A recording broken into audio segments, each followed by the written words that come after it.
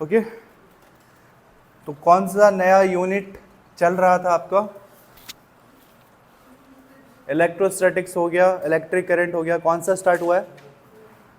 चुंबकीय धारा का वैद्युत प्रभाव, विद्युत धारा का चुंबकीय प्रभाव, ठीक है। मैग्नेटिक इफेक्ट ऑफ करंट या चुंबकत्व भी कह सकते हो, मैग्नेटिज्म। क्या था? मैग्नेटिक इफेक्ट ऑफ करंट,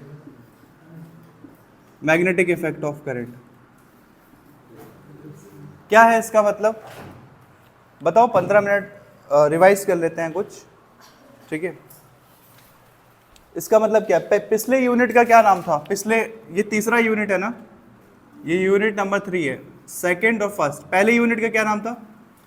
स्थिर वैद्युत की या वैद्युत स्थिति की, इंग्लिश में क्या कहते थे? इलेक्ट्रोस्टैटिक्स।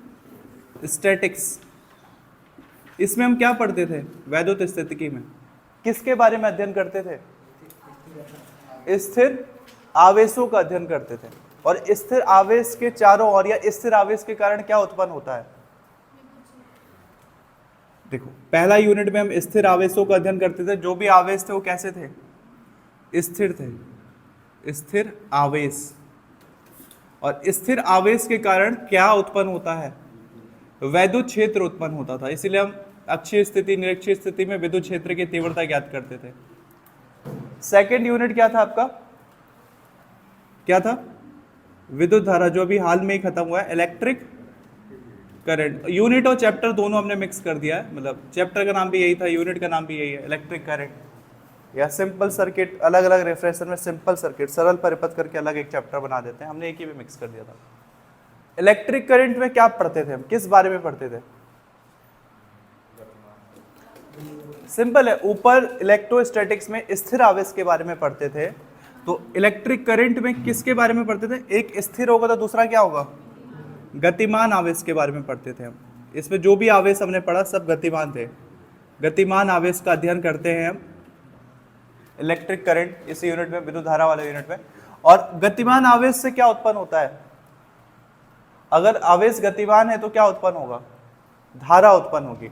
आवेश की वजह से विद्युत क्षेत्र तो उत्पन्न होगा ही होगा, लेकिन आवेश अगर चल रहा है, गतिमान है, तो आवेश विद्युत क्षेत्र के साथ साथ आल्सो इलेक्ट्रिक करंट के, इलेक्ट्रिक फील्ड के साथ साथ ये आल्सो क्या उत्पन्न करेगा? विद्युत धारा भी उत्पन्न करेगा। आवेश प्रवाह की दर विद्युत धारा कहलाती है, ठीक है। ये क्लास 10th की डेफिनेशन हम पढ़ते थे। तीसरा unit magnetic effect of current, Hindi में क्या नाम है इसका? विद्युत धारा का चुंबकीय प्रभाव। थोड़ा बोलते रहोगे ना साथ साथ में तो इंटरेस्ट बना रहेगा और नींद नहीं आएगी, ठीक है। का चुंबकीय प्रभाव, विद्युत धारा का चुंबकीय प्रभाव। इस वाले यूनिट में हम क्या पढ़ते हैं? क्या खासियत है इस यूनिट की? पिछले वाले में तो आवेश जब रुका हुआ था वो भी पढ़ लिया, आवेश जब गति कर रहा है वो भी पढ़ लिया। इसमें क्या है? ठीक है, इसमें वैद्युत क्षेत्र के साथ चुंबकीय क्षेत्र भी उत्पन्न हो रहा है, बट क्यों? चुंबकीय क्षेत्र कब उत्पन्न होता है? जब किसी चालक पदार्थ में धारा प्रवाहित हो रही हो, तब विद्युत क्षेत्र के साथ आल्सो कौन उत्पन्न होता है? चुंबकीय क्षेत्र। आज हम पढ़ेंगे चुंबकीय क्षेत्र कैसे बनेगा और उसकी दिशा कैसे डिसाइड होगी। आज के लेक्चर में वही पढ़ना है, ठीक है। उससे पहले बायो सेवर्ट का नियम आपने अच्छे से देखा हुआ है। क्या है इसका क्या मेन है कि विद्युत धारा प्रवाहित होती है, विद्युत धारा प्रवाहित होती है किसके अंदर? किसी चालक के अंदर, या उस चालक को हम नॉर्मली क्या बोलते हैं? वायर, तार। मान के चलो पूरे चैप्टर में तार के बारे में पढ़ रहे हैं हम, तार में करंट बह रहा है। अब विद्युत धारा यदि किसी चालक तार में प्रवाहित हो तो उस कारण से क्या उत्पन्न होता है? विद्युत क्षेत्र के साथ साथ विद्युत क्षेत्र तो उत्पन्न होगा ही होगा, क्योंकि आवेश की बात हो रही है या धारा की बात हो रही है तो विद्युत क्षेत्र उत्पन्न होगा। और विद्युत क्षेत्र के साथ आल्सो कौन उत्पन्न होता है? चुंबकीय क्षेत्र भी उत्पन्न होता है। यह आपका विद्युत धारा का चुंबकीय प्रभाव। डिफाइन कैसे करोगे विद्युत धारा के चुंबकीय प्रभाव को?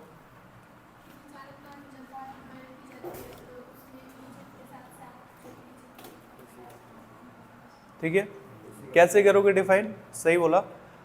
किसी चालक में या चालक तार में धारा प्रवाहित करने पर यदि विद्युत क्षेत्र के साथ साथ चुंबकीय क्षेत्र भी उत्पन्न हो तो यह घटना या परिघटना क्या कहलाती है? विद्युत धारा का चुंबकीय प्रभाव कहलाती है, मैग्नेटिक इफेक्ट ऑफ करंट कहलाती है। ओके, इसमें चुंबकीय क्षेत्र देखते हैं। चुंबकीय क्षेत्र क्या है? बायो सेवर्ट का नियम, और क्या इसमें इंपॉर्टेंट बताया मैंने? एम्पियर का नियम। बायो सेवर्ट का नियम और एम्पियर का नियम इसका मोस्ट इंपॉर्टेंट टॉपिक है, और सिर्फ यही दो इंपॉर्टेंट नहीं है। बायो सेवर्ट और एम्पियर मतलब मेन रूल्स देती हैं, और इसी दोनों नियम के बेस्ड पे सारे डेरिवेशन आपको आगे जा करके मिलेंगे। ओके, तो ये आपका था विद्युत धारा के चुंबकीय प्रभाव। इसमें पहला टॉपिक लिखो जरा, चुंबकीय क्षेत्र। लिखो चुंबकीय क्षेत्र। चुंबकीय क्षेत्र पढ़ना है, जैसे विद्युत क्षेत्र पढ़ा हमने पहले चैप्टर में, फिर वैद्युत बल पढ़ा, वैद्युत क्षेत्र को परिभाषित किया। वैद्युत बल में कौन सा बल पढ़ा हमने? कूलाम का नियम पढ़ा था। ठीक वैसे ही करेंगे, बिटा दो इसको। ठीक है, अपने हिसाब से डिफाइन कर सकते हो चुंबकीय क्षेत्र क्या है, बस 2 लाइन की डेफिनेशन बना दो। कोई इतना डिफिकल्ट नहीं है, 10th या अपनी कॉमन सेंस के बेस पे बना सकते हो। सही है, रास्ता तो सही पकड़ रहे हो, क्योंकि चुंबक विद्युत क्षेत्र भी हमने ऐसे ही बनाया था कोई डेफिनेशन। वह क्षेत्र, विद्युत क्षेत्र कैसे डिफाइन किया था हमने? वह क्षेत्र जिसके चारों ओर यदि कोई आवेश किसी बल का अनुभव करे, वो बल आकर्षण प्रतिकर्षण कुछ भी हो सकता है, तो ऐसा क्षेत्र क्या कहलाता था? विद्युत क्षेत्र। क्या कहते थे? स्थिर आवेश के कारण, कोई आवेश है जो स्थिर है, सपोज स्थिर आवेश के कारण चारों ओर उत्पन्न वह निश्चित क्षेत्र जिसमें कोई अन्य आवेश, ये दूसरा वाला आवेश कुछ भी हो सकता है, ये दूसरा वाला आवेश इलेक्ट्रॉन भी हो सकता है, प्रोटॉन भी हो सकता है, कुछ भी, जिस पर कोई अन्य आवेश बल का अनुभव करता है, वह क्षेत्र विद्युत क्षेत्र कहलाता है। ठीक है, यदि ये इलेक्ट्रॉन और ये भी इलेक्ट्रॉन है तो दोनों कौन सा बल लगाएगा? प्रतिकर्षण बल। एक माइनस है और दूसरा प्लस है तो कौन सा बल लगेगा? आकर्षण बल। ठीक है, वो तभी होगा जब वो विद्युत क्षेत्र की स्थिति में है। अगर ये इलेक्ट्रॉन इसके विद्युत क्षेत्र के बाहर रख दिया जाए तो उस इलेक्ट्रॉन पे कोई बल नहीं लगेगा। चुंबकीय क्षेत्र तो डिफाइन करना और भी आसान है, या समझाना तो और भी आसान है, क्योंकि चुंबकीय क्षेत्र, चुंबक के साथ हम बचपन से खेलते चले आए हैं। चुंबकीय क्षेत्र क्या है? एक चुंबक मान लिया, ये मैग्नेट मान लिया। मैग्नेट में कौन से 2 ध्रुव होते हैं? नॉर्थ और साउथ। हमें पता है कि मैग्नेट की स्ट्रेंथ के हिसाब से मैग्नेट के चारों ओर यदि आप कोई धातु की चीज रखो या लोहे की छोटी छोटी कील रख दो, कोई भी चीज रख दो धातु की, तो चुंबक क्या करता है? उसे अपनी ओर आकर्षित कर लेता है, अगर वो छोटी है। ठीक है, कोई छोटी है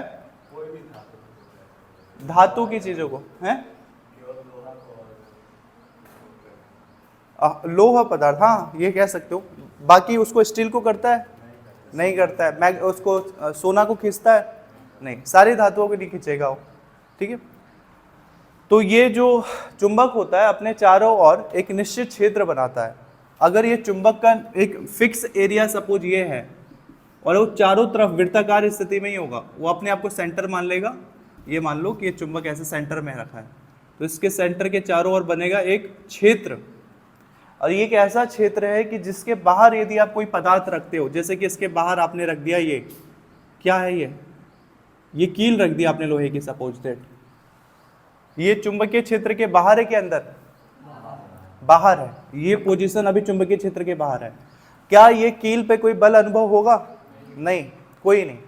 लेकिन जैसे ही हम इसको चुंबकीय क्षेत्र के रीजन में लाएंगे, इसके क्षेत्र में लाएंगे, वैसे ही ये चुंबक इस कील को अपनी ओर आकर्षित करने लगेगा, जैसे ही उसके क्षेत्र में एंटर करेगा। और जैसे जैसे ये कील उसके नजदीक आएगा, वो चुंबक पे जो आकर्षण बल है कील के लिए, वो और भी ज्यादा क्या होते जाएगा? इंक्रीज करते जाएगा। ठीक है, तो इसी को आप डिफाइन कर सकते हो। समझा तो दिया, असली टैलेंट यही है कि आप जो चीज समझ गए उसको परिभाषित कैसे करोगे। किसी चुंबक के चारों ओर का वह क्षेत्र जिसमें कोई अन्य पिंड क्या करता हो? बल का अनुभव करता हो, वह क्षेत्र कौन सा क्षेत्र कहलाएगा? चुंबकीय क्षेत्र कहलाएगा। चुंबकीय क्षेत्र को कैसे डिफाइन करोगे? पहला लाइन बता दूं? बताओ तब। किसी पिंड के चारों ओर नहीं, किसी चुंबक के चारों ओर का वह क्षेत्र जिसके चारों ओर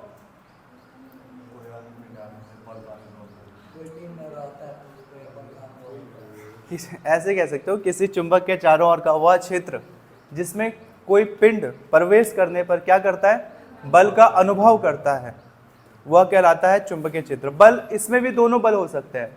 अगर लोह पदार्थ है तो वो तो आकर्षण ही करता है, लेकिन क्या पता वो दूसरा पिंड भी चुंबकीय हुआ तो, क्या पता ये नीचे अंदर बड़ा चुंबक रखा है और बाहर से एक छोटा चुंबक आ रहा है, ये छोटा चुंबक है। अब डिपेंड करेगा कि चुंबक का कौन सा ध्रुव आपस में चिपक रहा है, ये भी तो होता है ना। साउथ वाला साउथ वाले से चिपकेगा, तो अगर ये ऐसे में चुंबक आ रहा है, ये भी साउथ ये भी साउथ, तो सेम पोल होते तो क्या आकर्षित करेगा प्रतिकर्षित? खेला है बचपन में चुंबक से, सेम ध्रुव चिपकाते तो प्रतिकर्षित होता है आकर्षित। यहाँ पे पढ़ा हुआ था मैग्नेट, वैसे ये वाला हाँ है तो ठीक है।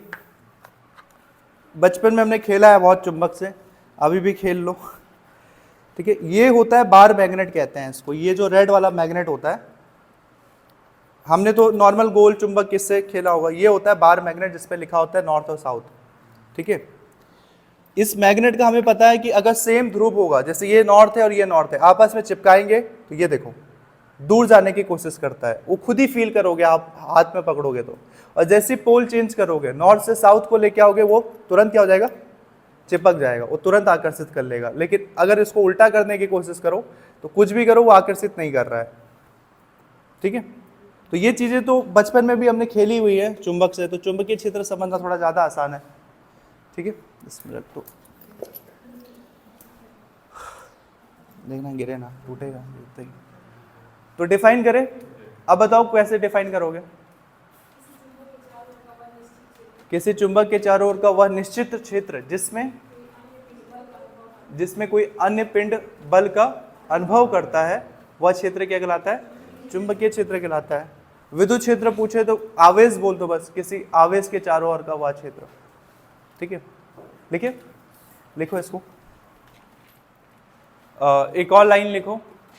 मैग्नेटिक फील्ड याद रखना एक वेक्टर क्वांटिटी है, सदिश राशि है, ठीक है। दिशा के साथ साथ चुंबक का फर्क पड़ता है, चुंबक तो खुद ही दिशा शो करता है, चुंबक तो है ही दिशा दिखाने वाला, तो सदिश राशि तो होना ही है उसमें। तो आप अगला लाइन नीचे लिख दो, यह एक सदिश राशि है। बाकी चुंबकीय क्षेत्र के लिए बहुत सारे फॉर्मूले अभी हम निकालेंगे। लिखो अगला लाइन, यह एक सदिश राशि है।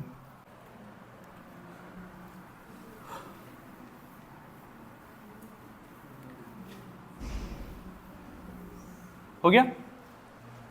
इसमें एक फॉर्मूला, अब चुंबकीय क्षेत्र पड़ा है, चुंबकीय क्षेत्र को किस चीज से दिखाते हैं, बी से दिखाते हैं, ओके। तो बी का फॉर्मूला कैसे लाएंगे, वो फॉर्मूला भी मैं दिखाता हूं आपको, ठीक है। तो और ये फॉर्मूले के लिए आपको हेडिंग लिखना पड़ेगा अलग से, पहले सुन लो फिर लिखना, ठीक है। बायो-सेवर्ट नियम में भी बी आता है, चुंबकीय क्षेत्र आता था, बी बराबर μ0/4 pi I dl sine theta upon r square. और भी एम्पियर का नियम आएगा, उसमें भी बी आएगा, μ0 I आएगा, बहुत सारे जितनी भी डेरिवेशन पढ़ोगे सब में आप बी ही निकालोगे। बट बी का जो सबसे बेसिक फॉर्मूला क्या है वो देख लो। और डेरिवेशन का कुछ टॉपिक ऐसे रहेगा, होता क्या है, यदि किसी चुंबकीय क्षेत्र में कोई आवेश गति कर रहा हो, ठीक है, तब उस आवेश पर लगने वाला बल या आवेश पर कितना चुंबकीय क्षेत्र अनुभव हो रहा है वो हमें कैलकुलेट करना है। क्या है, एक चुंबकीय क्षेत्र है, मैग्नेटिक फील्ड है, और उस मैग्नेटिक फील्ड में कौन गति कर रहा है, आवेश गति कर रहा है। तो मान लो कि वो v वेग से गति कर रहा है। क्या कह रहा हूं मैं, हेडिंग क्या बना सकते हैं हम, हेडिंग बना सकते हैं पूरा, चलो नीचे से लिख दें, यहां पे चमक रहा है, चुंबकीय क्षेत्र में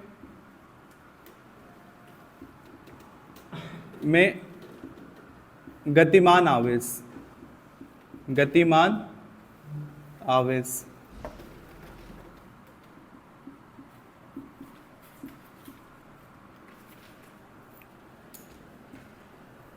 देखो मान लिया कि कोई आवेश है, आवेश को हम किस चीज से दिखाते हैं, Q से। माना कोई आवेश Q है जो कि B चुंबकीय क्षेत्र में क्या कर रहा है, गति कर रहा है, और कितने वेग से गति कर रहा है, वेग को हम स्मॉल v से दिखाते हैं ना, v वेग से गति कर रहा है, तब b की वैल्यू क्या होगी वो हमें दिखाना है। या फिर नहीं, b की वैल्यू नहीं निकालना है, b की वैल्यू तो आ ही जाएगा, मेन हमें निकालना है कि इस आवेश पर कितना बल लग रहा है। चुंबकीय क्षेत्र में गतिमान आवेश पर लगने वाला बल, पर आरोपित बल या फिर लगने वाला बल, वाला या वाली, वाला बल। चुंबकीय क्षेत्र में गतिमान आवेश पर लगने वाला बल। ओके, तो हमें फाइंड क्या करना है, माना कोई आवेश Q है, Q कूलाम का आवेश, B चुंबकीय क्षेत्र में कितने वेग से गति कर रहा है, v वेग से गति कर रहा है, तो इस आवेश Q पर लगने वाला बल कैलकुलेट करना है हमें, बल क्या होगा। ठीक है, तो एक फॉर्मूला आ जाएगा, उसी फॉर्मूले को आप आगे पीछे करके B की वैल्यू भी ला सकते हो, Q की वैल्यू भी ला सकते हो, F की वैल्यू भी ला सकते हो। इस चैप्टर में बहुत सारे फॉर्मूले मिलेंगे, तो लिस्ट बनाते रहना उसका। देखो आगे क्या करना है हमें, क्या क्या शो होता है, कैसे शो करते हैं। F, ये रहा F आपका चुंबकीय क्षेत्र की दिशा बल, B होता है सीधा, और एक ये होता है आपका V। ठीक है, V, ये मान लिया कि B और V के बीच कितना एंगल बन रहा है, थीटा एंगल बन रहा है। बस डायग्राम की वजह से जरूरत पड़ेगी नहीं आपको। तो ऐसे केस में ये बल क्या होगा, देखो ये बल होगा हमेशा, ये बल बराबर होगा, प्रोपोर्शनल होगा, या बराबर लिख देते हैं, F बराबर Q V B के, जिसमें V क्या है आपका, V क्या है, वेग है आपका। कैपिटल V क्या है, वेग कैसी राशि होती है, ठीक है, वेग आपकी सदिश राशि होती है। चुंबकीय क्षेत्र हमने बताया कौन सी राशि होती है, सदिश राशि होती है, और आवेश तो खैर अदिश राशि है। तो ये एक सिंपल सा फॉर्मूला है आपका, F बराबर Q V B। यदि चुंबकीय क्षेत्र में कोई आवेश गतिमान हो तो उस पर लगने वाला बल का फॉर्मूला ये होगा, F बराबर Q V B। अब यहां से देखो 11th में हमने पढ़ा है ये चीजें कि यदि दो सदिश राशियों का, दो वेक्टर क्वांटिटी का, ये चमक रहा होगा ऊपर, यहां देखो तब, यदि दो वेक्टर क्वांटिटी का A और B, सपोज दो वेक्टर क्वांटिटी है, उसका क्रॉस मल्टीप्लाई करते हैं तो आंसर क्या आता है, हमेशा आंसर में जो घटक आता है वो आएगा लंबवत साइन थीटा के रूप में। और जिसने 11th में ये चीजें नहीं पढ़ी है अभी देख लो, आगे जाके और एक दो बार रिपीट होगा। और यदि वेक्टर क्वांटिटीज को आप गुणा की जगह डॉट यूज कर रहे हो, डॉट प्रोडक्ट, तब आंसर में क्या चेंज हो जाता है, ए बी कॉस थीटा, इसको अदिश गुणन कहते हैं, और क्रॉस प्रोडक्ट को सदिश गुणन। हमने यहाँ पे क्रॉस किया है कि डॉट, क्रॉस किया है, तो क्रॉस करते हैं तो क्या जुड़ता है पीछे, डॉट करते हैं तो कॉस जुड़ता।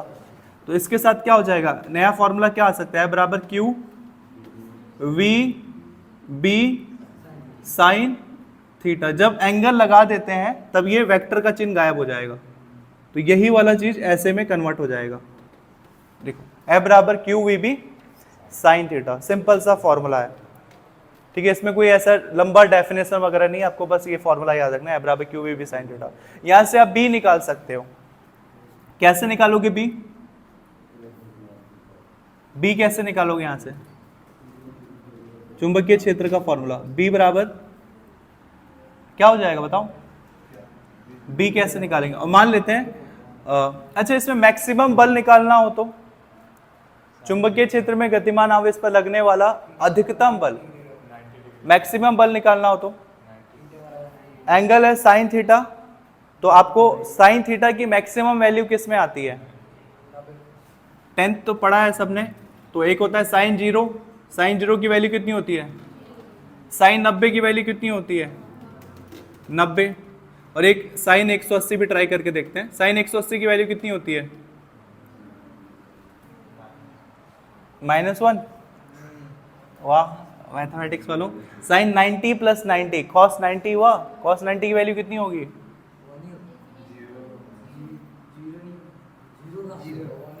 ना मारूंगा ना, सारे बैठे हुए आगे मैथ वाले।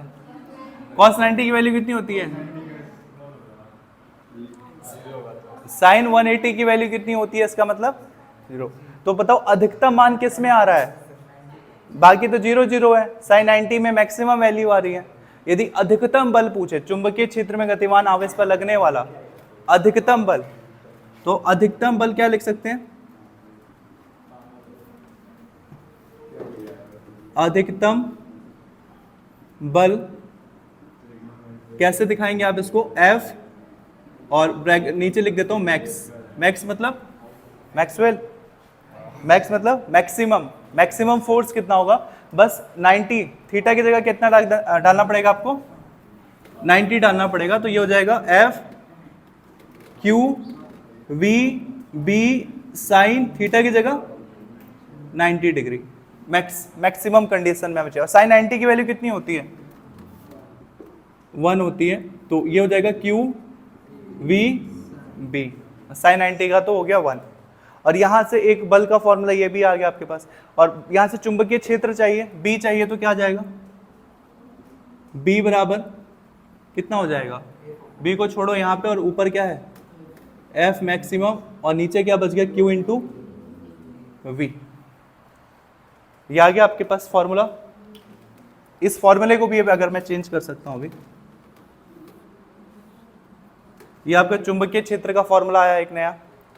मान लेते हैं कि आपने जो आवेश लिया है वो 1 कूलाम का है, और ये आवेश जो गति कर रही है वो 1 मीटर प्रति सेकंड की रफ्तार से गति कर रही है, मतलब Q की वैल्यू भी 1, V की वैल्यू भी 1, तब नीचे क्या रह जाएगा, मैं ये कह रहा हूं, माना या फिर लिख देते हैं, यदि माना ही लिखो, माना Q बराबर कितना है 1 कूलाम, व V बराबर कितना है 1 मीटर प्रति सेकंड। वेग का मात्रा ये होता है ना, मीटर प्रति सेकंड। माना इतना है तो B बराबर कितना हो जाएगा, F मैक्सिमम, और नीचे कुछ बच गया, Q की वैल्यू 1, V की वैल्यू 1, तो 1 इंटू 1 को आप सिंपली कुछ भी ना लिखो तब भी चलेगा। तो ऐसे केस में B बराबर क्या हो जाएगा, F मैक्सिमम। इसको परिभाषित कर सकते हो आप, कैसे परिभाषित करोगे, यदि 1 कूलाम का आवेश चुंबकीय क्षेत्र में, यहां से देखो ना, चुंबकीय क्षेत्र में गतिमान आवेश पर लगने वाला बल, तो यहीं से लिख लो, यदि कैसा आवेश है, यदि 1 कूलाम का आवेश चुंबकीय क्षेत्र में कितनी स्पीड से गति कर रहा है, 1 मीटर प्रति सेकंड के वेग से गति करता है, तब चुंबकीय क्षेत्र, सॉरी B क्या है आपका, चुंबकीय क्षेत्र ही है ना, तब चुंबकीय क्षेत्र आवेश पर लगने वाले अधिकतम बल के बराबर होगा। ऐसे करके आप एक ये फॉर्मूला आ सकता है, एक ये फॉर्मूला आ सकता है, एक ये फॉर्मूला आ सकता है। इस चैप्टर में फॉर्मूला ही फॉर्मूला है, और सब एक दूसरे से लिंक्ड हैं, जुड़े हुए हैं।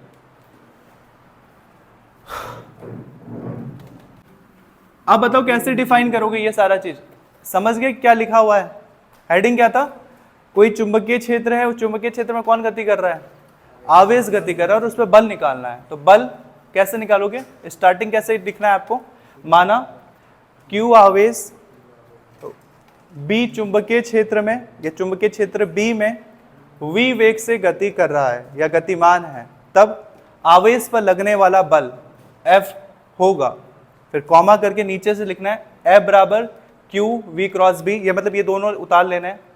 ये कैसे आया साइन थीटा, हिंट के तौर पे मैं बगल में लिख देता हूँ, वैसे पता होगा तो फिर कोई दिक्कत नहीं है। ये आया कहाँ से, चूंकि क्रॉस की जगह क्या हुआ, चूंकि हमें पता है कि A क्रॉस B होता है अगर, और इसके बीच क्रॉस प्रोडक्ट होता है, तो आंसर क्या आता है, AB साइन थीटा आता है। वैसे ये वेक्टर का क्रॉस प्रोडक्ट था तो आंसर साइन थीटा आया ये। फिर ये नीचे क्या निकाला हमने, फिर हमने नीचे निकाला चुंबकीय क्षेत्र में गतिमान आवेश पर लगने वाला अधिकतम बल, मैक्सिमम बल कितना होगा। तो मैक्सिमम के लिए हमने क्या किया, थीटा को 90 डिग्री रख दिया, QVB आ गया, यहाँ से बल निकाल लिया हमने, चुंबकीय क्षेत्र का फॉर्मूला भी हमने निकाल लिया। फिर चुंबकीय क्षेत्र को अगर आपको डिफाइन करना है, फिर यहाँ से क्या किया, आपने आवेश को 1 कूलाम मान लिया, V को 1 मीटर प्रति सेकेंड लिख दिया। इसके लिए क्या लिखोगे, यहाँ तक तो आपने B का फॉर्मूला ला दिया, ये लिखने से पहले इसको कैसे लिखोगे, फिर वही जो आपने स्टार्टिंग लाइन लिखा था ना कि माना एफ क्यू आवेश बी चुंबकीय क्षेत्र में वी वेग से गति कर रहा है, इसी शब्द को अब तोड़ना है। आपको लिखना है माना आवेश की वैल्यू कितने है, माना 1 कूलाम का आवेश बी चुंबकीय क्षेत्र में 1 मीटर प्रति सेकंड की वेग से गति कर रहा है, तब चुंबकीय क्षेत्र आवेश पर लगने वाले अधिकतम बल के बराबर होगा। ऐसे लिखना है, ठीक है। लिखें, यहां से आपको फॉर्मूले बहुत मिलेंगे, देखो तब।